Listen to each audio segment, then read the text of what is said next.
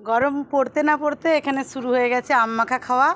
এই যে আমাদের গোবিন্দ, তনু, আর এই যে আমাদের পুচকি টুকি। ও টুকি, হাই বলো তো, হাই। এই যে লবণের কৌটার ঢাকনাতেই শুরু করে দিয়েছে লঙ্কার গুঁড়ো, কাসন দিয়ে, লবণ দিয়ে। এই যে ছোট্ট কচি আম মাখা।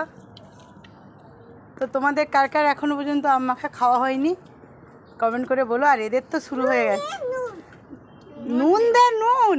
আরেকবার বল টুকি। ও টুকি, কি চাইছিস? কি খেলি তুই? ওটা কি খাচ্ছিস? আম। আম। কি লাগছে? টক। বাবা, তো এদের আম পাটি জমিয়ে হোক আর আমার জিভ থেকে যতক্ষণ জলটা বেরোক।